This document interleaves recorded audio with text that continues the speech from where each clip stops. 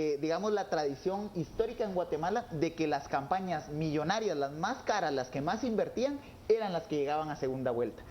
Eso se rompe con Jimmy Morales porque aparentemente, y en datos de ellos mismos, invirtieron para la primera vuelta alrededor de 8 millones de quetzales. Ese es el dato estimado que como partido ellos hacen público. Sin embargo, ese hito histórico de una campaña barata que vence a la supuesta campaña más cara de la historia de la nueva democracia en Guatemala, que fue la de Manuel Valdizón, ahora se revierte de cara a la segunda vuelta. Claro. Y en cuestión de 40 días se triplica la inversión hecha, no solo por FCN Nación, sino también por la UNE. Y aquí el tema y el debate no debe ser en torno a los montos, porque 21 o 27 millones de quetzales invertidos en una campaña presidencial, diría uno, upa, es realmente algo inédito. Sin embargo, lo que hay detrás de esos 27 millones de quetzales es lo más complicado, porque con los millones que entran para financiar la campaña entre primera y segunda vuelta, también llegan a ambos partidos, a la UNE y a FCN, financistas acostumbrados a controlar decisiones públicas por la vía del financiamiento a partidos políticos y a candidatos. Y entonces se revierte ese beneficio de la duda que en primera vuelta se le da a Jimmy Morales por esa oportuna y estratégica campaña de ni corrupto ni ladrón. En esta segunda vuelta y con ese incremento tan abultado de gastos en una campaña corta, nos pone en la pregunta de cuáles son los intereses entonces que van a estar detrás de un eventual gobierno de Sandra Torres, que también gasta una gran cantidad de recursos, o bien de un Jimmy Morales que triplica los gastos de campaña de primera a segunda vuelta. Nos quedamos acá en el análisis. Vamos una vez más a Chiquimula, porque allí las autoridades del Tribunal Supremo Electoral han dicho que tienen ya todo listo para la jornada del día de mañana. La delegada departamental de Chiquimula, Alma Carranza Castañeda, nos comenta que todo está listo para iniciar el día de las elecciones. Pues ahorita ya todo está, toda la documentación entregada, todos los enseres que hay que entregarle a la Junta Receptora de Votos, pues ya están en poder de las juntas electorales municipales. Todo lo que se tiene que hacer a través de los subdelegados para poder coordinar y apoyar a las juntas electorales municipales, pues ya está hecho. Nosotros siempre apoyamos a las juntas electorales, ¿verdad? Esa es nuestra función, el apoyo y la coordinación de los procesos en nuestros respectivos municipios. Entonces en eso estamos ya coordinando para poder ya que el día de mañana ya se lleve a cabo todo con feliz tiempo. La licenciada Carranza nos comenta también que solo un centro de votación fue trasladado en todo el departamento y es el que funcionaba en una comunidad de Camotán. Ahora, las personas que tenían que hacer su sufragio en este centro de votación lo harán en el casco urbano de Camotán. Sí, fíjese que la CEN de Monicó, o sea, la circunscripción electoral municipal de Monicó, por los problemas que tuvimos en la primera elección, entonces esa ya no se operativizó para en esta segunda elección. Las personas que votaban en ese centro, pues entonces van a votar en el casco urbano, ahí en Camotán, en el Colegio Católico de Camotán, ahí van a ser ubicados, tanto en la primaria como en el nivel básico, ahí van a ser instaladas las juntas receptoras de votos. Continuamos con esta entrevista, nos acompañan Aníbal García, ex candidato a la presidencia, y Cristian Castillo, analista de casa. Bueno, quisiera conocer también, señor García, pareciera que este país no está viviendo un ambiente electoral. Uno platica con las personas en la calle, algunos le dicen, sí, voy a ir a votar mañana, otros dicen, no, me voy a quedar, otros hasta de viaje se fueron. O sea, ¿qué pasa en el ambiente? ¿Qué pasa en el ambiente realmente? O sea, ahí sí que, como dicen los muchachos, es lo que hay y de ahí vamos a escoger, ¿o qué pasa? No, yo sí veo con mucha preocupación, creo que esa es la gran falencia de lo que estamos viviendo ahora, porque de ese despertar ciudadano inédito que vimos a la gente entusiasmada, saliendo a la calle, cantando el himno ahí con tanto entusiasmo, y de esa participación histórica en la primera vuelta, por ejemplo, que pareciera como que era en contra de alguien y no con los elementos necesarios para decir a favor de o en pro de, sino que era definitivamente una consigna de sacar a alguien del juego. Ahora vemos un desencanto, una desilusión y una actitud que desgraciadamente no ayuda a consolidar un proceso democrático. Pero yo vuelvo a mi planteamiento, y no me cansaré de repetirlo, de que en tanto lo que se imponga sean las reglas de los millones de quetzales, en tanto lo que se imponga sea esa capacidad de movilizar gente el día de las elecciones, que es otra cosa que a mí no me cabe en la mente. ¿Cómo es posible que para ganar una elección un partido tenga que tener 50 millones para mover gente? Solo el día D, el famoso día D que se le ha denominado, y que de eso se ufanen los dirigentes partidarios. Ya tenemos el billete, vamos a ganar. O sea, de verdad es algo vergonzoso.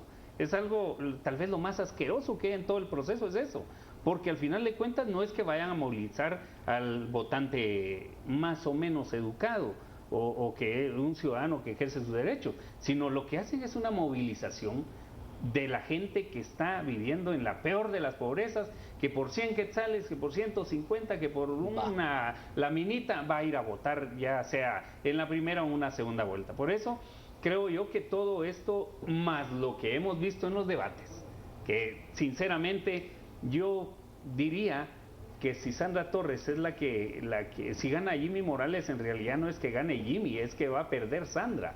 O sea, porque no vimos una propuesta, no vimos un nivel para sostener una propuesta en este momento. Yo por lo menos estuve viendo ahí dudas y cosas que no son inexplicables. Y si gana Jimmy, o mejor dicho, y si gana Sandra, pues al final de cuentas tampoco es que va a ganar una propuesta totalmente transparente que fortalezca la democracia, porque, ojo, con algo también se han utilizado métodos tradicionales, clientelares y lo que sea para consolidar esos proyectos. Entonces, fruto de eso, la gente se creó muchas expectativas. Y encima de eso, que pues que me aruñas, que te pellizco, que no sé qué, que no te saludo, que te quito la revista, cosas de ese estilo, creo yo que fueron decepcionando a muchos electores que al final de cuentas hoy están diciendo, bueno, ¿qué hicimos? Bueno, ahí sí que, ¿qué podemos hacer ahora, ¿no? Cristian, ¿qué rol puede tomar cualquiera de los dos que no salga favorecido el día de mañana? Supongamos si es Sandra o es Jimmy. ¿Realmente se puede hablar de que quien pierda la elección se erige como líder de la oposición, o también eso ya le dijimos adiós en el 2015? Bueno, previo a contestar tu pregunta, Mario, quisiera hacer una acotación respecto de la pregunta anterior. Tuvimos una campaña de segunda vuelta sumamente deslucida, insípida, insabora e incolora. Es decir, entre primera vuelta y esta segunda vuelta del día de mañana, se robó la atención el desastre social de Cambrai 2 a raíz de un fenómeno natural. Y fue el fenómeno natural el que concitó la solidaridad guatemalteca y el debate ciudadano. Ahí fue donde nos volcamos los guatemaltecos después de una primera vuelta en donde más del 71% de la población apta para votar salió a las urnas.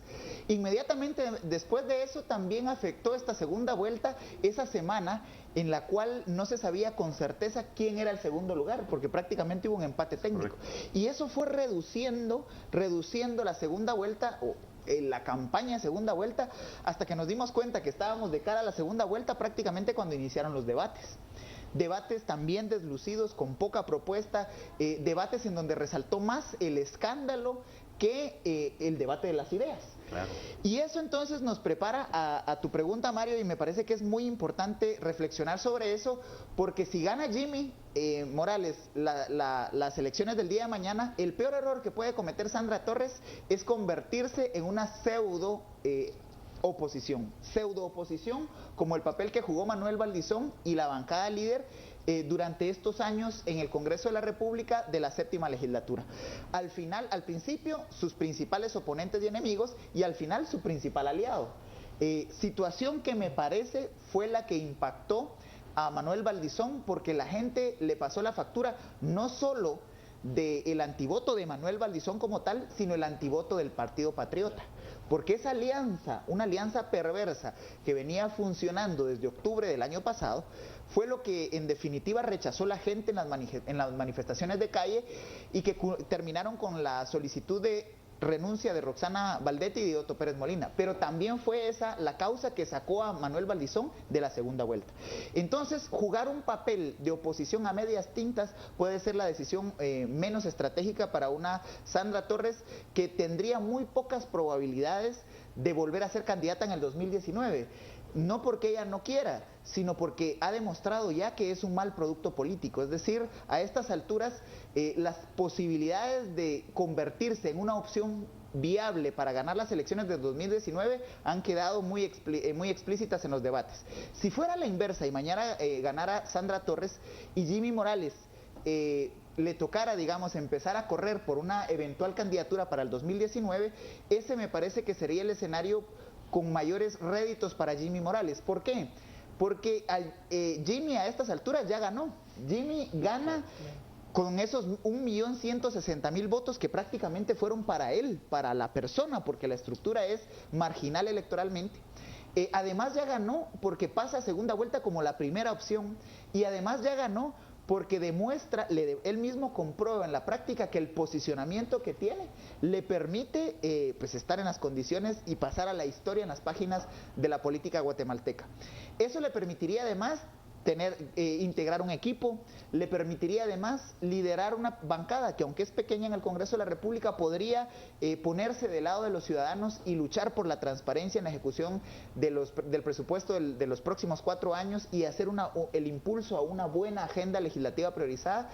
Y además le permitiría fortalecer a un FCN que va a tener, hablábamos con Aníbal y a raíz de la experiencia partidaria de Aníbal, que podría recibir alrededor de 16, 18 millones de quetzales por concepto de deuda política del Estado, por el dinero que traslada el tribunal por cada voto obtenido en primera vuelta.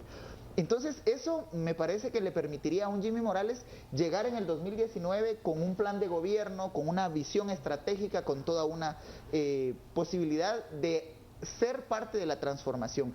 En este caso, y me parece que ante la tendencia de las encuestas, Jimmy ganaría el día de mañana y el 14 de enero del 2016 le tocará recibir un país prácticamente quebrado financieramente, con un agujero fiscal de alrededor de 22.000 millones de quetzales, además teniendo que atender crisis inmediata, la crisis alimentaria que ya ha empezado a pasar su factura en el país, y además de eso todo el debate del saneamiento del Estado guatemalteco y el liderar una reforma profunda del Estado. Es decir, los dos van a tener que tomar decisiones estratégicas y eso es pensando en el futuro del país y no en el futuro solo de sus carreras políticas. A propósito de eso que mencionas, Cristians, ¿qué va a permear en el día de mañana? El voto emocional, porque digamos que lo del 6 de septiembre fue algo bastante emocional. 48 horas antes cae Otto Pérez Molina y la gente dice, podemos sacar a Manuel Valdizón vía electoral. Pero en esta segunda vuelta, ¿qué va a permear? ¿Qué cree usted que puede influir? Bueno, yo estoy convencido de que esa tendencia que hay en muchos ciudadanos de creer que Jimmy Morales es una opción que puede salvar al país es real. O sea, sí lo he visto. La gente sí lo cree. Yo cree. Sí he visto que hay muchos que están convencidos. Los famosos Jimmy Livers que tan clásicos se volvieron en esta elección, yo sigo pensando que ahí están. No obstante, me parece que ese puede ser el gran error y la gran deficiencia de todo de lo que pase mañana, porque no tengo intenciones de convencerlos, porque creo que en 24 horas no va a cambiar la historia, pero sí creo de que desgraciadamente se está viendo a Jimmy como un hombre todopoderoso y pensando en que llegar a gobernar solo es cuestión de tener una varita mágica o de dirigir la orquesta y ya estuvo. La cosa no funciona así. La política en Guatemala es de lo más rudimentario que existe. Hay factores reales de poder. Fue triste ver en esta segunda vuelta, por ejemplo, en los eventos, en los debates, que nadie quiso hablar ni siquiera del tema económico de fondo del país, de los problemas, los reales problemas de Guatemala. Vimos que en los foros preferían hablar de otra cosa y no hablar de los problemas estructurales del país, le tenían miedo a hablar de la minería, querían quedar bien con los empresarios por todos lados. Entonces ya ya no le atinaba, bueno, ¿y quién es quién? O al final de cuentas las dos propuestas eran propuestas conservadoras y muy tiradas a las posiciones de los sectores económicos dominantes. Entonces me parece que ya ahorita a estas alturas del campeonato la situación se va a repetir, muchos van a ir a votar pensando en ese Mesías que puede encarnarse en Jimmy, pero me parece que ese es algo, es riesgoso. En ese planteamiento que hace Aníbal Christians, yo he leído en las redes sociales y también pareciera que existe una idea de algunos guatemaltecos en cuanto a que si gana Sandra o si gana Jimmy, pero si no nos funciona, pues lo sacamos. Pero no es tan así, pues. Totalmente. No es de que vamos a ir todos a la plaza y se va el que quede como se... O sea, no es tan así. Pareciera que... O que vamos a llenar las cárceles de funcionarios. Pareciera que jugar con estas expectativas tampoco es muy sano. Es riesgoso. Porque lo que estamos viendo de cara a esta segunda vuelta de elecciones generales es que el voto precisamente se va a emitir por simpatía o antipatía, no pensando en el país. ¿Por qué? Y lo escribí hace unos días precisamente porque los candidatos han obligado al votante a elegir sin conocer su declaración patrimonial. Claro. Aunque ambos se comprometieron a hacerla pública. Y alguno de los candidatos decía el día de mañana, refiriéndose a ayer, posiblemente la hago pública. Es decir, sí, hay un doble discurso dentro del discurso específico. Entonces van a obligar al votante guatemalteco a ir el día de mañana a votar, primero, sin conocer su declaración patrimonial. Segundo, se negaron rotundamente a dar nombres de su gabinete de gobierno. Y fue una negativa rotunda bajo la excusa o bajo la explicación de que si daban nombres iban a ser atacados. Pero peor aún, para gobernar solo en la transición del Ejecutivo se necesitan entre 3.000 y 5.000 funcionarios de rango medio como funcionarios que presiden secretarías, viceministerios, es decir, ese otro equipo de trabajo, si ni siquiera conocemos el equipo de los ministros, que son 14, imagínese usted que los partidos tienen que nombrar alrededor de 5.000 funcionarios públicos, funcionarios específicos, que tienen que ser de confianza. Entonces, en esas condiciones, el día de mañana, el voto, lo que le queda al ciudadano es emitirlo por simpatía o antipatía. Eso no excusa o no da la salida para que si no nos gustan las decisiones que tomen a quien salga electo el día de mañana, nos vayamos a la calle. Claro. Porque eso genera un nivel de inestabilidad política que es un mal mensaje a nivel internacional y que ya ha empezado a pasar sus primeras facturas. El clima país, el clima de inversiones ha empezado a descender. El año entrante hay una desaceleración económica importante y eso va a obligar a una capacidad de reacción del Estado que nos guste o no vamos a tener que depender de recursos extranjeros para financiar el presupuesto de ingresos y egresos del país. Ya Guatemala ha tenido ya un revés de los organismos financieros internacionales diciendo, miren, por ahorita olvídense de los presupuestos para el 2016, y esto nos pone en la situación que si seguimos en esa lógica de solamente utilizar las manifestaciones de calle para poner y quitar autoridades, aunque lo hagamos dentro del orden constitucional, que ese ha sido el principal éxito, a pesar de eso, seguir en esa dinámica nos puede poner en una situación de mucha inestabilidad económica para los próximos 4 años. Bueno, vamos a agradecerle al señor Aníbal García por haber estado con nosotros acá en este espacio de Destino 2016, en donde le llevamos en la pantalla de Canal Antigua y Antigua Sports todos los detalles de lo que está ocurriendo en Guatemala, las horas previas a el balotaje de mañana. Gracias, señor García. A la orden, un gusto saludarles.